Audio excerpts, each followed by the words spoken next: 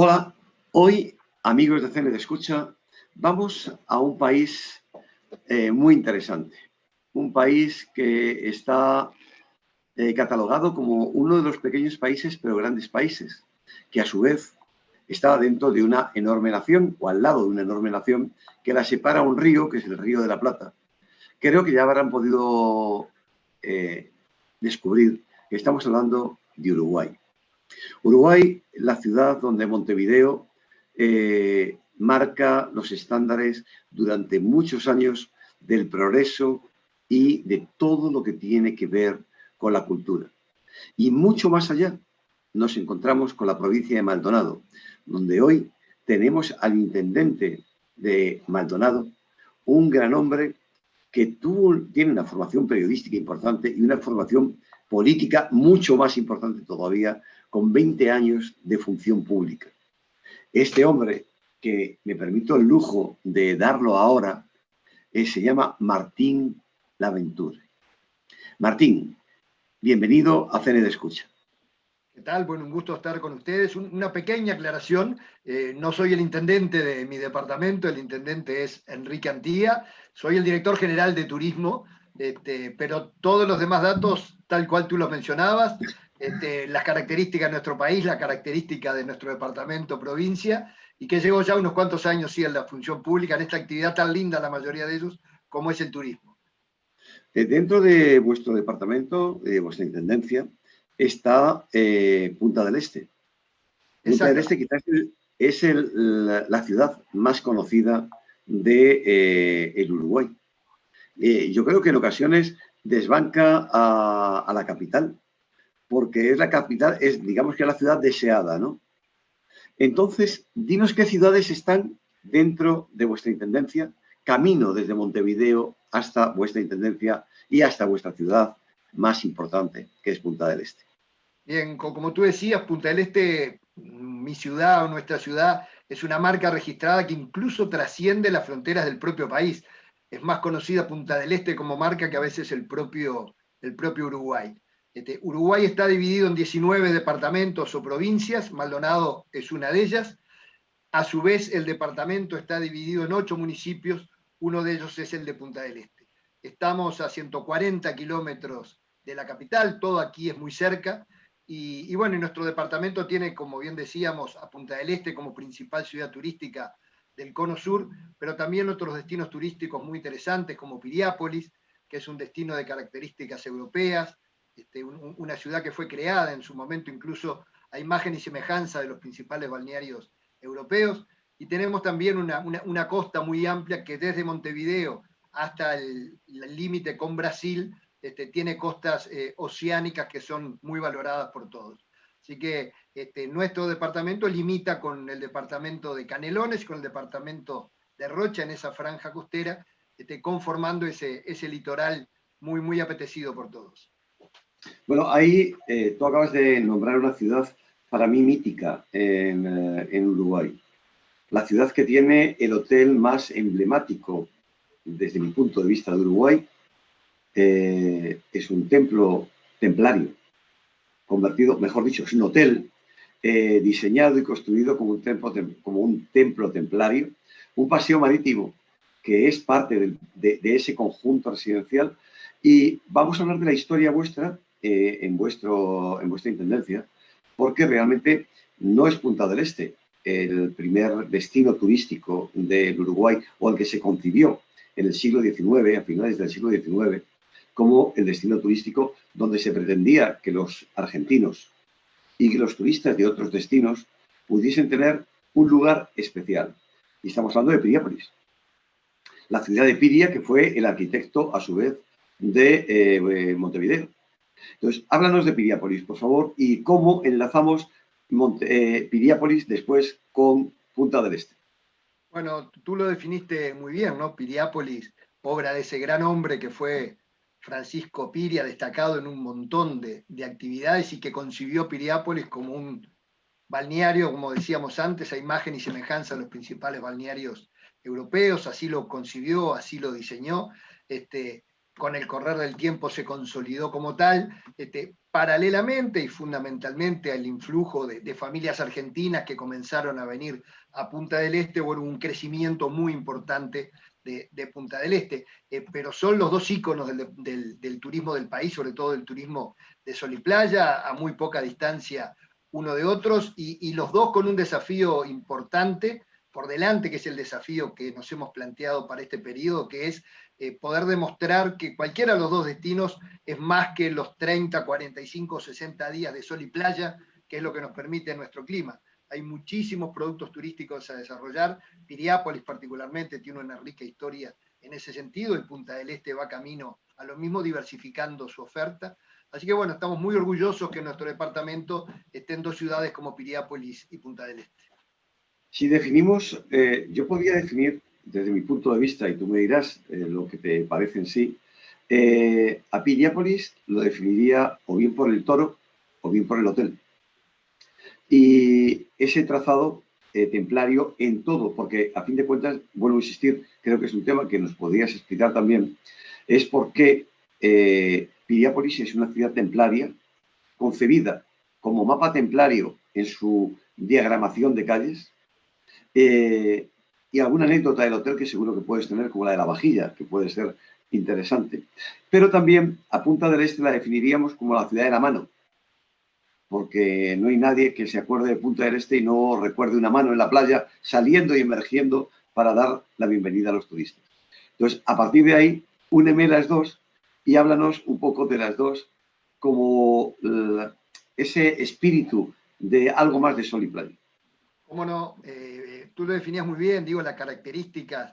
Piri era un hombre muy polifacético, pero tenía una formación desde lo místico, de la alquimia, bueno, y generó un montón de cosas, entre otras el diseño de la propia ciudad, apuntando a todo ese sentido. Entonces Piriápolis tiene una energía muy especial, también la tiene Punta del Este. En Punta del Este estuvo viviendo durante un tiempo Marconi, y dejó estudios también de ese clima especial, no es clima la palabra, digo, esa energía que tanto Piriápolis como Punta del Este tienen. El Argentino Hotel, tú lo mencionabas, un hotel espléndido, toda la vajilla es importada de Europa, o sea, todo el equipamiento del hotel es importado de Europa. Hoy está en momentos de relanzarse, porque bueno, el paso del tiempo también lo fue afectando y comenzaron otras formas de hospedaje, y esos hoteles tan grandes les ha costado mantener el nivel de calidad que tenían, pero bueno, hoy está en vías de retomar el brillo que supo tener. Y hay algo importante que decías recién en relación a Punta del Este y a la mano, porque es exactamente así, es la mano, aunque popularmente todo el mundo le dice los dedos, incluso en la playa es los dedos, pero va a estar muy contento contigo el artista, el autor chileno, porque él reivindica que es la mano y se enoja cuando el mundo entero habla de los dedos y él dice que es la mano. Yo tuve oportunidad en mi primer periodo como director de turismo de invitarlo, y ahí una pequeña anécdota. La mano es parte de un conjunto de escultores, de esculturas, perdón, que fueron hechos en los años 80, conformando lo que se llamó el Paseo de las Américas. Y hay esculturas y obras de artistas muy, muy renombrados. El artista Mario Irrazábal, que es el chileno, un artista joven en ese momento, que para lograr que hubiera de distintos países latinoamericanos fue invitado a participar, pero no tenía todavía la fama que tenía el resto. Entonces el resto, como se sintió un poco este muchacho joven que viene acá, y lo sacaron del lugar donde estaba definido que tenía que hacer su obra y lo mandaron a la playa. Sin saber, estaban generando lo que se transformó en el ícono de Punta del Este, que es la mano, que quizás si hubiera estado en el lugar que originalmente tenía que estar, no hubiera tenido la repercusión que tuvo, pero al estar en la arena y emergiendo desde la arena, se transformó en el símbolo de Punta del Este. Realmente Uruguay es un país de las artes, de las ciencias ocultas y visuales, actuales. Si tuviésemos que hablar y conocer con quién estamos hablando, o sea, con quién estamos intercambiando nuestra vida cultural en tu departamento, ¿cómo definirías las galerías de arte? ¿Cómo definirías el ambiente que hay en tu departamento? Punta del Este particularmente, y vuelvo a hablar del Punta del Este marca, ¿no? Porque ha marcado a toda la sociedad, es muy fermental, es un lugar que recibe gente de todos lados, que la gente local sí se expresa en distintas actividades culturales y artísticas, pero que recibe a su vez influencias de distintas partes del mundo, y eso enriquece, sin duda. Entonces, hoy podemos encontrar desde galerías de artes, el Museo Ralí, que es un museo a nivel internacional, una obra excepcional que se está realizando, que esperemos que se concrete para mediados del próximo año, lo que la está haciendo el escultor reconocidísimo a nivel internacional como es Pablo Achugarri, una obra del arquitecto Carlos Sot, también reconocido a nivel internacional, que va a ser un museo más grande latinoamericano. Y bueno, y eso va marcando más la infinidad de pequeñas galerías de artes y de expresiones artísticas artesanales, musicales, que enriquecen, como decíamos, a nuestra sociedad. Pero lo que tiene que ver con los museos, el Museo Ralí y este museo que se está construyendo, lo que está haciendo Pablo Achugarri, realmente va a generar un antes y un después en lo que tiene que ver con la oferta cultural de nuestro departamento y de nuestro país. Si tenemos en cuenta la oferta cultural, hay una oferta de relax también importante, sobre todo en el área de Punta del Este. Quizá Piriápolis se convirtió o tenía ese principio básico de lo que era el tratamiento con las aguas, todo lo que era lo que hoy llamamos el spa, que a fin de cuentas es la aguaterapia. Entonces, sin embargo, si no estamos hablando de acuaterapia, sino estamos hablando de cómo Piriápolis, cómo Punta del Este tiene un grupo de hoteles con unos spa espectaculares y una gastronomía muy importante. ¿Cómo unimos la gastronomía y la sensación de tranquilidad y de salud, el wellness, bien llamado? ¿Cómo lo podemos unir? Y arrancar por esto último, la gastronomía, porque es un fenómeno que viene creciendo a nivel mundial, España en ese sentido, a nivel europeo, Perú, a nivel latinoamericano, son claros ejemplos de cómo la gastronomía, que durante mucho tiempo era simplemente la necesidad de alimentarse que podía tener un turista, se fue transformando en un producto turístico en sí mismo. Y acá está teniendo un desarrollo muy importante, con muchos chefs jóvenes, con mucha apertura y con algo que para nosotros es muy importante, que es una gastronomía con identidad local. Se está generando un trabajo con productores locales, desde cordero, pacto oceánico, que tiene que ver con toda la pesca, miel, olivos, vinos. Se está desarrollando a su vez toda una producción local que en un proceso asociativo termina en la mesa y en los platos de los mejores restaurantes de Punta del Este. Entonces, está tomando una identidad propia la gastronomía, que para nosotros es muy importante y cada vez se sigue posicionando más. Y también lo que tú decías del turismo de salud, el wellness, con una oferta muy importante a nivel de hotelería, pero también es un fenómeno particular aquí de Punta del Este, con muchos edificios que van generando amenities y van generando infraestructura que permite disfrutar todo el año y que permite también en cierta forma tener acceso a ese turismo de relax o de salud. Entonces hoy hay una oferta muy importante en lo que tiene que ver con la hotelería, con la posibilidad de spa, con clínicas incluso, ya más en turismo de salud específicamente, y una oferta gastronómica sumamente rica y que viene creciendo a pasos agigantados en ese proceso de asociarse con la producción local, que para nosotros es muy importante. Bueno, yo te quisiera comunicar en este programa que la Academia de Gastronomía de Uruguay se está creando en estos momentos una institución promovida por la Academia Iberoamericana de Gastronomía y que como institución lo que pretende es crear criterio, dar criterio y apoyar a lo que estáis haciendo, al kilómetro cero, a la recuperación antropológica de la gastronomía y con personas de evidente y marcado carácter no gastronómico, porque si lo llamamos, sino de gastrónomos puros, no serán las personas que trabajan en el sector, sino las personas que valoran lo que otros hacen. Realmente apoyará con ese criterio y todos los conocimientos de la Academia Iberoamericana y de todos los países de Iberoamérica que ya están dentro de la Academia, siendo Uruguay ya uno de los últimos que nos queda porque queda integrado dentro de esta red o institución de instituciones iberoamericanas, será un buen momento para que lo tengáis. Y entrando con ello, hablamos de los vinos. Y como anécdotas, lo que tenemos claro es que en la Segunda Guerra Mundial, en la Primera Guerra Mundial, mejor dicho, fue Uruguay el proveedor más importante de carne, sobre todo para el ejército francés. Y hubo una anécdota, ¿verdad?, que fue esa concesión de la marca de la Champagne. ¿Durante cuántos años fueron? No tengo el número exacto, pero durante unos cuantos años, y creo que es de los pocos Uruguay, ahora se estaba por vencer o se venció, que podía usar la denominación de origen en función de esa concesión que habíamos recibido, cuando el resto del mundo bueno, tenía que inventar algún otro nombre porque no podía usar champagne, ¿no? Pero sí, es efectivamente así como tú lo mencionás.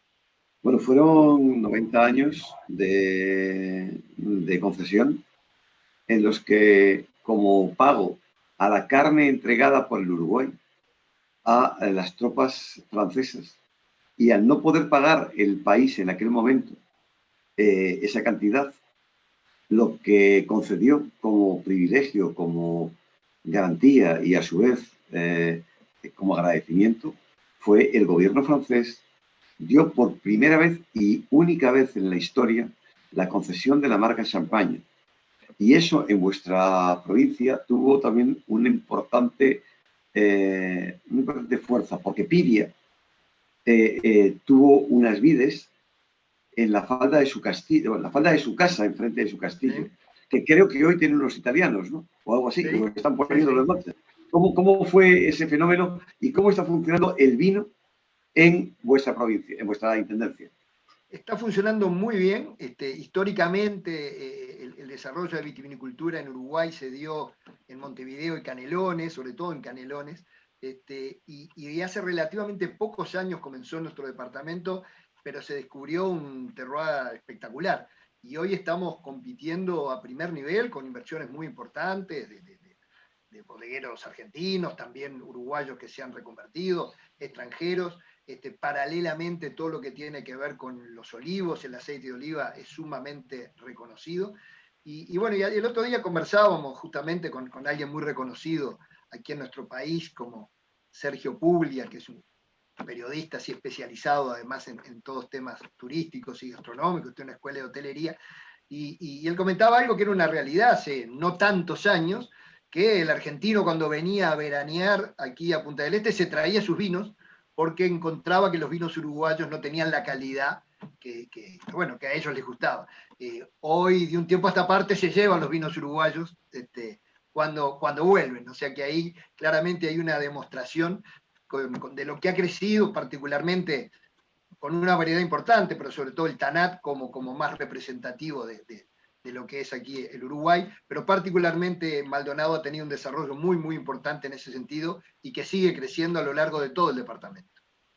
Hablamos de los dos países hermanos, rivales, con envidias propias, con victorias propias.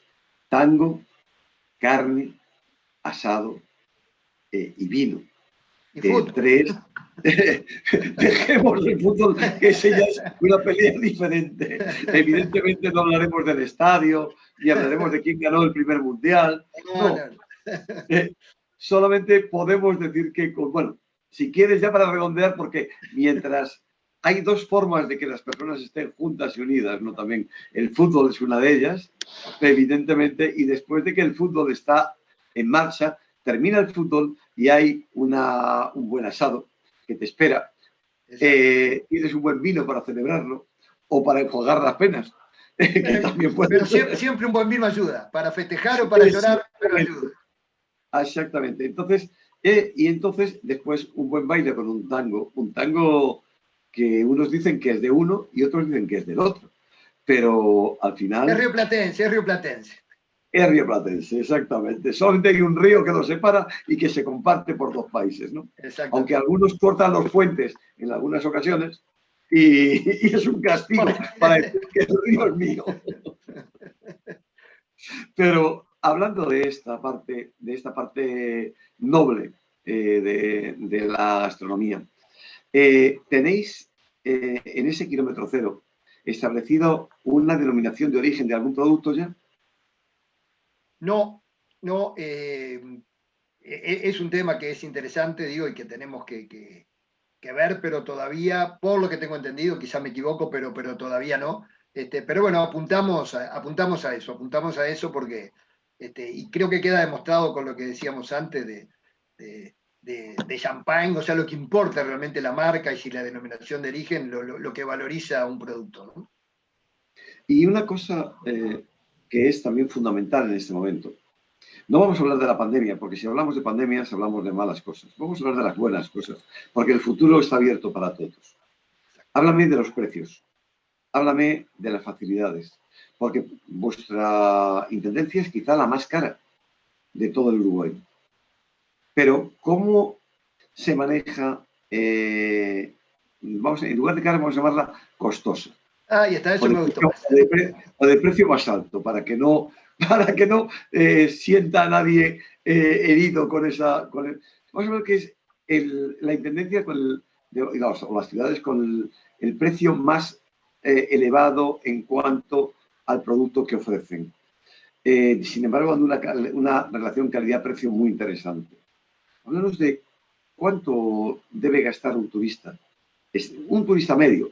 No vamos a hablar ni el que va al hotel más lujoso y coge los mejores programas, o sencillamente el que va a hacer campismo. ¿Cuánto tiene que gastar para estar un día bien acomodado en una de las ciudades vuestras? Bueno, ahí lo importante también, y tú de alguna manera lo dijiste después, siempre digo, somos los que tenemos la mejor relación precio-calidad. Si eso resulta más o menos costoso, depende del bolsillo de cada uno. Lo importante es la relación precio-calidad, y en ese sentido sabemos que es muy buena. Y en relación a lo último, el Punta del Este de hoy, a diferencia de repente hace 20 o 25 años, la propia competencia ha llevado a eso. Hoy hay posibilidades de recibir un buen servicio y pasarlo muy bien para todos los bolsillos, que no es común que eso lo puedas hacer. Hoy Punta del Este es un lugar que si tú venís con $200 por día entre alojamiento y bueno, ir a comer, lo podés hacer y vas a pasar bien. Ahora, si tu bolsillo te permite gastar $1.500 por día, también lo vas a poder hacer. Por supuesto que vas a recibir contraprestaciones de otra calidad, pero tenés la posibilidad de hacerlo también. Entonces, eso yo creo que es hoy el secreto del éxito. Se ha logrado una relación precio-calidad accesible, no para todos los bolsillos, sobre todo en temporada alta, porque eso cualquier temporada alta de un lugar tan exclusivo, sin duda que no es para todo el mundo, pero sí hay una gama muy amplia de precios que va desde la hotelería, la gastronomía, los entretenimientos, el alquiler de propiedades, porque hay una oferta muy, muy variada.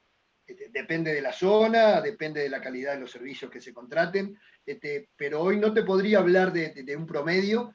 Sí hay oferta para todos los bolsillos, teniendo así en cuenta lo que decimos, que depende mucho de la época del año, ¿no? La época de temporada alta, sobre todo los últimos días de diciembre y el mes de enero, sin duda que los precios ahí son otros que lo que pueden ser en el mes de marzo, que es un mes también muy lindo, pero ya no es de tan alta temporada, ¿no? Diríamos que para un argentino, por ejemplo, eh, tienen un destino de invierno, que sería Bariloche, y un destino de verano, que podría ser Punta del Este. Sí, aunque los dos destinos venimos trabajando hace mucho tiempo en no ser de invierno y de verano. Bariloche tiene una muy buena oferta todo el año, tiene una oferta también fuera de la tradicional del invierno y la ha ido trabajando muy bien. Y Punta del Este lo mismo, ¿no? Con productos diversos, lo que hablábamos antes, la ruta del vino, la ruta del olivo, el turismo cultural, el turismo místico, avistamiento de aves, golf, distintos deportes, eventos deportivos que convocan mucha gente, como maratones.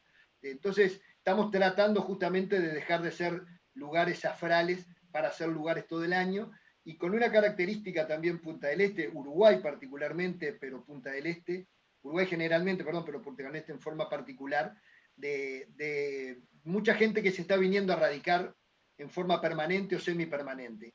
Incluso pre-pandemia, eso ya se había dado, se está dando más ahora, los avances de la tecnología, la posibilidad del trabajo a distancia. Bueno, hay un montón de cosas que hace que haya un flujo muy importante de gente no únicamente de argentinos, también de distintas partes del mundo, que están viniendo a radicarse.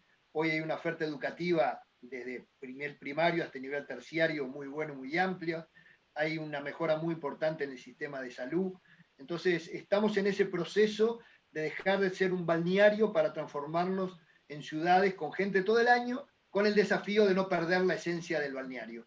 Pero ese es el objetivo que nos hemos fijado, con un desarrollo sustentable, respetando mucho el medio ambiente, generando también productos de ecoturismo, pero tratando de tener gente todo el año, tanto turistas como residentes.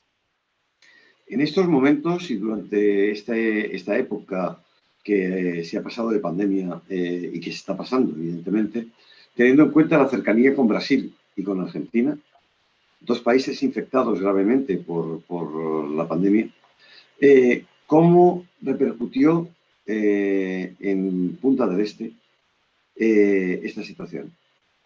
Bueno, repercutió mucho, tuvimos, te diría que por lo menos desde que yo recuerdo, la peor temporada de la historia, porque una temporada con fronteras cerradas como tuvimos, con muy poca posibilidad de acceso, con algunas excepciones muy, muy específicas, hizo que la temporada fuera sumamente compleja.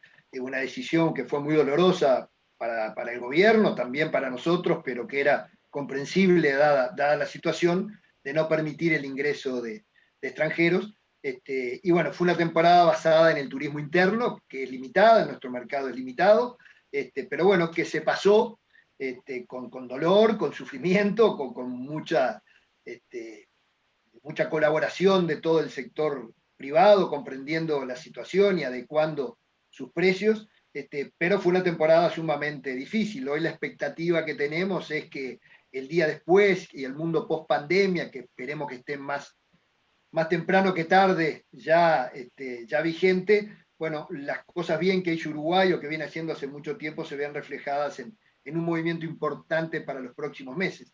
Pero la temporada de verano sin duda que fue complicada. En ese momento hay un cerramiento de fronteras nuevo y un riesgo altísimo con las cepas brasileñas que hacen un daño tremendo. Pero tú has dicho una frase mágica.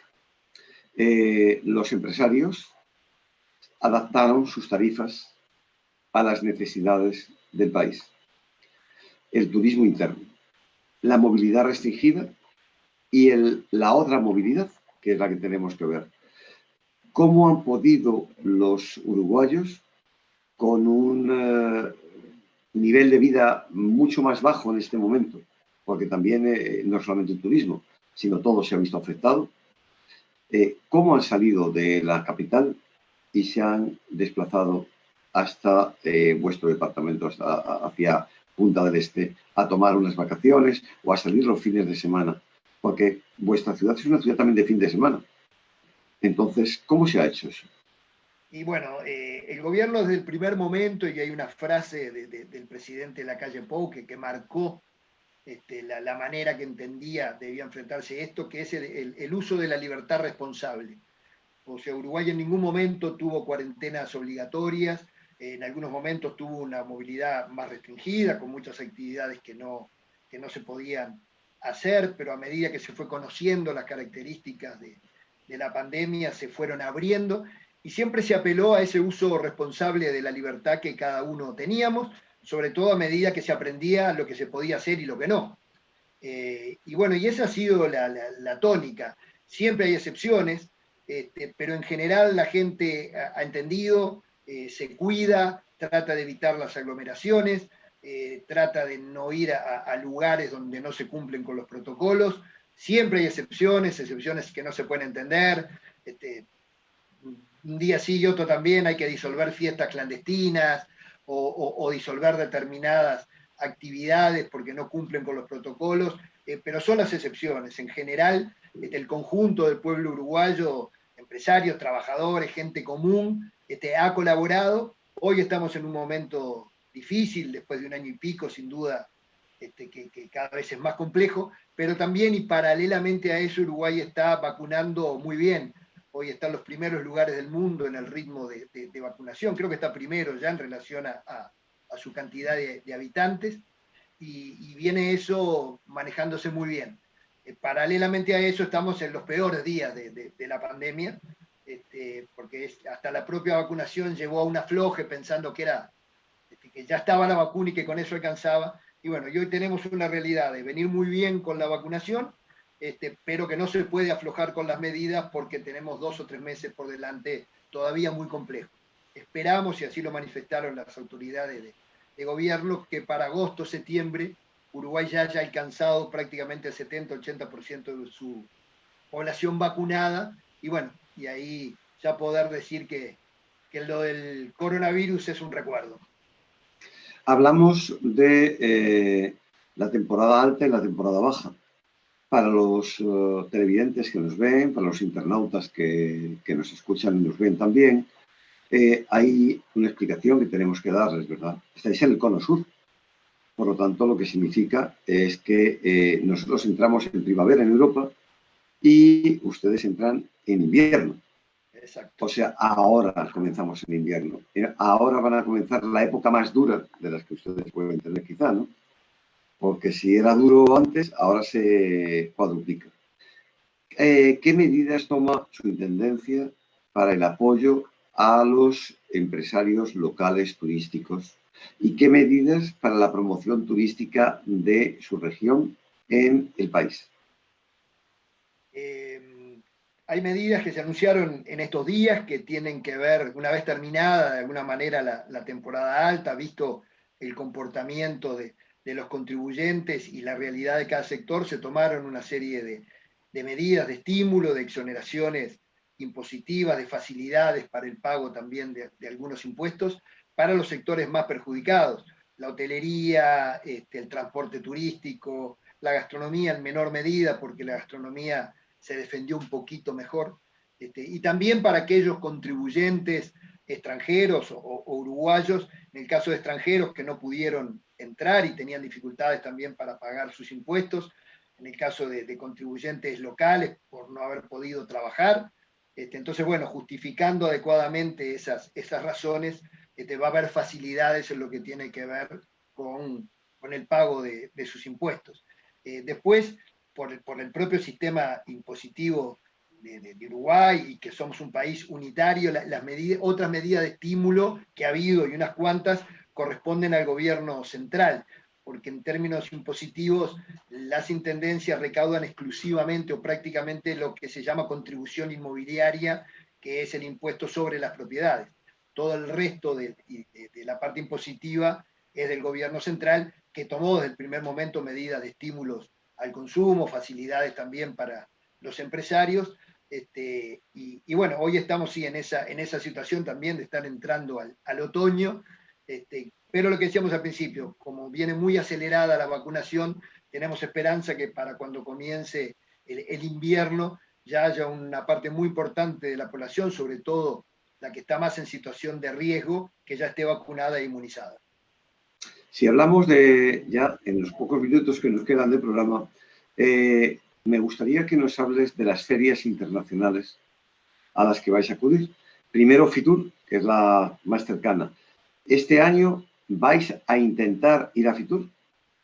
Y bueno, esperamos que sí, ¿no? Es en mayo, así que todavía hay expectativas de que todo esté mejor. Hay que ver cómo está allá también, qué medidas se requieren para poder ingresar. Hay mucha incógnita en lo que tiene que ver con cómo se va a poder viajar. Si se da todo como esperemos que se dé, vamos a tratar de estar. Ya hemos estado en varias oportunidades, para nosotros es muy importante. Y después en lo que tiene que ver con la programación sujeta también a lo que vaya pasando, pero vamos a estar viendo también o tratando de movernos mucho en la región, en lo que tiene que ver con países quizás no tan tradicionales para nosotros, pero muy cercanos, como Colombia, Perú, o sea, otros países latinoamericanos que nos interesan mucho como mercado. Y bueno, y después lo que decíamos antes, ¿no? El que tiene que ver con productos más específicos, también buscar públicos más específicos para esos productos complementarios al sol y playa que requieren de repente estrategias distintas que la que puede ser la presentación formal de un destino en una feria como Fitur, pero que estamos apuntando bueno, a trabajar ahí en ese sentido en las ferias que queremos concurrir, pero también con otras modalidades que hace tiempo que están y que se han profundizado de alguna manera en este tiempo de pandemia. Martín, hemos hablado de 3 puntos importantes, pero vamos a un cuarto. Y ya con esto vamos a cerrar nuestra entrevista, que yo creo que sería el colofón de algo que te gusta a ti mucho. Y algo que has estudiado y para lo que has trabajado. Es la sostenibilidad. Háblanos de cómo estáis trabajando la sostenibilidad en vuestras ciudades y en vuestra región. ¿Cómo lo estáis haciendo? Es muy importante para nosotros, primero, el concepto de gobernanza, porque todo esto lo estamos haciendo en conjunto, sector público, o sea, público nacional, público departamental, pero fundamentalmente interactuando con el sector privado en todos sus órdenes. Trabajadores, vecinos, empresarios, claramente, si no es entre todos, es muy difícil. Entonces, tenemos claro las posibilidades que tenemos, pero tenemos claro que tenemos que encararlo en función de ser un destino sustentable, un destino sostenible, que tenemos que cuidar los recursos, que nos interesa gente que venga tanto a vivir como a visitarnos, que entienda este concepto y que nos ayude, que la incorporación de tecnología a la gestión de cada una de nuestras ciudades tiene que redundar en definitiva en beneficio de la gente, del vecino y del que nos visita. Entonces, estamos convencidos que ese es el camino. Hoy, por suerte, hay mucha gente que está trabajando en eso, y bueno, y es el objetivo que nos hemos fijado y el desafío que tenemos por delante, seguir creciendo en forma sustentable, en forma sostenida y con un trabajo conjunto entre todos. Yo te diría que hay, para despedir, el presidente de la Real Academia de Gastronomía Española, presidente de, en estos casos, de la Academia Iberoamericana de Gastronomía, maestro y jefe mío, me pone siempre 4 palabras mágicas para definir un destino y una comida. Y él dice que la comida tiene que ser sostenible, que tiene que ser sustentable, que tiene que ser satisfactoria y que tiene que ser solidaria. Hoy tenemos una quinta S añadida a estas. Para hacer las 5 estrellas, pues serán las 5 S. Y evidentemente, de todo esto es la salud, de esa saludable. Es importante, ¿no? Exactamente. Voy a tomarlo de las 5 S. Entonces, yo creo que es algo fundamental en el criterio. Yo sé que como hombre estudioso tú lo has tomado de esta forma. Y Martín, desde CNE de Escucha solamente tenemos una plataforma. Es un escenario en el que podéis expresar tantas cosas bellas que tienen vuestros destinos. Me disculpas que en esta presentación yo haya sido un poco más amplio y haya hablado de algunas cosas, porque a mí me impacta el Uruguay. Me encanta Uruguay, me encanta Piria. Me encanta la vida templaria. Y solamente conocer su castillo, sus fallas tectónicas, la colina del Toro, ese paseo marítimo. Me gusta Punta del Este y me encanta el wellness que hay en los buenos hoteles de Punta del Este, donde desde la bodega, que es excepcional, la cocina es increíble, pero después el relax con esas zonas de agua, masajes, son impresionantes. Por lo tanto, os invito a que no dejéis de estar en Termatalia, que aunque llevamos 2 años que sin que se haga Termatalia, y esta gente de Ourense, tan buena gente, lo ha hecho también durante tantísimos años, pienso que es buenísimo el que sigáis ese mismo ejemplo y ese mismo trabajo y camino. Y por lo tanto, esta despedida que yo te hago es una invitación más. Por favor, estar con nosotros. Por favor, no olvidéis esos principios de la sostenibilidad, de las 5 S, y no olvidéis presentaros a Premios Excelencias, que ya este año, que se entregan en Fitur, a diferente fecha que otros años, porque siempre hemos respetado la fecha Fitur, y este año, como no lo vamos a hacer, lo estamos haciendo en Fitur, con las medidas, evidentemente, saludables, sostenibles y, sobre todo, de seguridad, que todos tenemos que tener para no contagiarnos y para estar bien. Pero os esperamos y os decimos de nuevo, sois un país que ha participado en Premios Excelencias durante varios años. Una vez más, os invitamos a participar con vuestros proyectos y tenemos ya solamente unos días para el cierre, porque como las fechas han ido corriendo, fueron saliendo los premios y se fueron cerrando y volvimos a abrir para que hubiese oportunidad de que más países, más estados o más personas pudiesen participar. Ya el día 30, vamos, mañana, se cierra prácticamente, pero se va a hacer una ampliación de una semana de gracia. Ah, bueno, muy bien. Para quien pueda estar ahí. Así que os invitamos a estar. Martín, desde CNE de Escucha, te agradecemos tu tiempo y esta maravillosa entrevista que nos has dado. No, Muchísimas gracias. Muchas gracias a ustedes y ojalá nos veamos en Fitur. Muchas gracias, José Carlos. Un fuerte abrazo y mucha suerte. Gracias.